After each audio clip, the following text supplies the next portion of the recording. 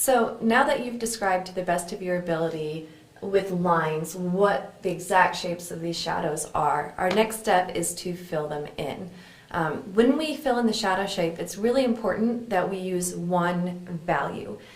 You may notice that parts of the shadow are a little bit darker, especially as they get closer to the light, that there's a little bit more darkness here than there is over here, or perhaps that the shadow over here is slightly darker than the shadow over here. So even though we're seeing some of these slight differences, it's really important that you keep these really flat. So what I'm going to do is fill in here with one flat value. So you're going to need your nice sharp charcoal, and just kind of start in one area and do your best to layer in charcoal. It's really important when you get to this stage that you don't kill the paper. And what I mean by that, if you use your charcoal and if you try to layer in your black by going for dark black right away and press really hard like this, you will get it black, but what's happening is if you push too hard, you can actually kill the tooth of the paper. So it's much better to get that dark value by layering the charcoal until it gets darker so that you don't kill your paper. Okay, so I'm going to go ahead and start filling in my shadow shapes.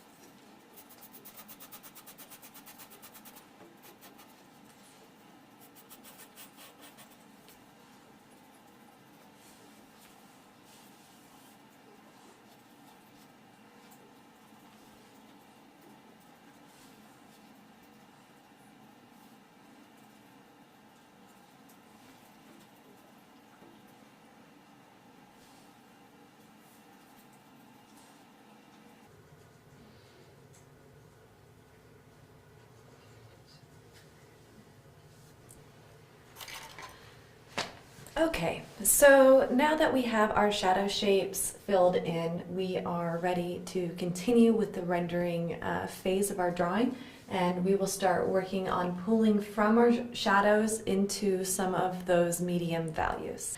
So it's super important that we have one solid shadow shape, and the reason for that is that well, there's a lot of reasons. For one, it helps keep everything unified.